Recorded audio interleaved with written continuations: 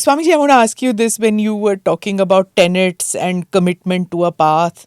I need to ask you a very basic question. So, those who have not seen your podcast or those who have not read your books, can somebody be spiritual but not religious? Is it possible to do either thing? And what is right and what is wrong in this? You usually say nothing is right and wrong in the path Yeah, to always say spirituality. there's Yes. nothing But right that and I wrong. know, in case somebody in our viewers have not of course, heard your of discourses. Of course. I think religion to me is a medium to express our love, our gratitude, our feelings, heartfelt feelings to the divine. So naturally, in different parts of the world, you would see that there are different ways of doing it. Some places we would bow down, some places we would fold our hands. Some places singing was what it was to express that same feeling and gratitude. In some places it was closing your eyes and sitting in a meditative posture. In some places it was offering flowers and incense. In some places it was offering food. Now, in any part of the world, the purpose was to express the gratitude, the love, our feelings of dependence, shelter, prayer through whatever we did. So naturally, each path or each religion then had a different set of rituals, correct? Built according to their cultures of how to express your gratitude to the divine. Now, as long as the spirit behind those rituals was very much intact, alive, and in sync with the purpose of those rituals, religion and spirituality were never different. Right? They were never different. They were the same. Exactly the same. Because the spirit was completely intact. You were entirely in sync with what the purpose was. Now, slowly and steadily, when you started moving away from the spirit, what we had left was just rituals. So that's why the word spiritual has the first three letters SPI. And then there is ritual. Very simplistic explanation, but one of the explanations. So when the spirit is intact, then every ritual is spiritual. But when the spirit is missing and the three letters SPI are gone, what you have left is ritual. That's what we call ritualistic religion. When the spirit is present, there's nothing like religion and spirituality. They're both the same. But when the spirit kind of fades away and weans off, is when you then start saying, okay, I don't want this. I want the crux. I want the essence. I want the spirit. I want the purpose. That's why you then say, I want to be spiritual but not religious. Now, why do you say I want to be spiritual but not religious? Because the rituals that are associated with religion have kind of become just mechanistic and have lost the purpose. It need not necessarily be that, right? It need not necessarily. I'm saying it could be. Could be. Okay. Could be. But as soon as you find that in place, most everybody is saying we want to do it. Correct. Nobody is against going and bowing down. Nobody is against offering a flower.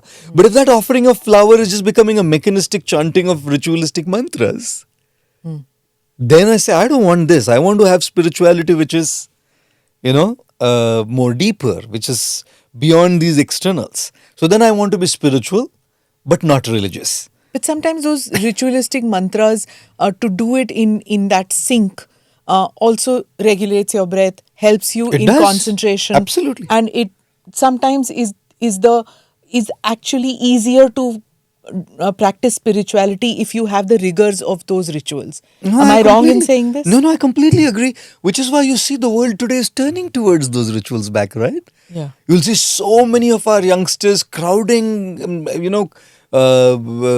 gathering in large numbers in places of worship, in ashrams, in monasteries, learning how to chant mantras, learning how to meditate.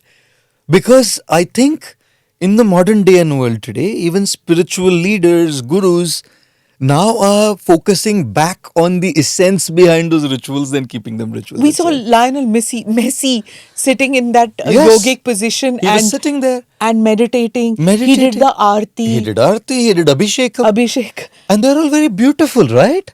As soon as you know the intent. So what I think, look, whether to go through rituals or not to go through rituals is an individual choice. Sure. Both are okay. You could do away with rituals and still have that inner connect. Rituals makes it easier, right? It's like on a birthday, you could do without the birthday song, but a birthday song makes it easier to express your feelings. On a Valentine's Day, you could still express, you could do without a rose, but a rose makes it easier to express how you feel to the other person. So you could do both, right? But when in the modern world today you find a lot of gurus, spiritual leaders who are on social media explaining the intent behind it, explaining the energy behind it, explaining the science behind it, Yes. making it logical, rational, scientific. Most people would say, "Oh, this makes sense. Maybe I should try it out." Am I saying this is it? No, but maybe I should try it out, right? And I think spirituality is less about logic and rationality, but that's the beginning point, starting point. Because at the end of the day, when you do something, you get an experience. Like you said, if you mentioned that, then when you, for instance, have mantras or whatever else, you see that you can regulate your breath better. Yeah. That's a first-hand experience, right? Yeah. I take a medicine or I use a cream to do away with my acne breakout. And if I use that cream or a lotion, and if that goes away, the first was just a theory that this will work. Huh. And it brought me to the point of buying a pack of that lotion and using it. And once I start using it, I see that my acne is gone. So that's experience, right? Okay. That experience then makes me tell 10 others. If you have an acne breakout, use this lotion.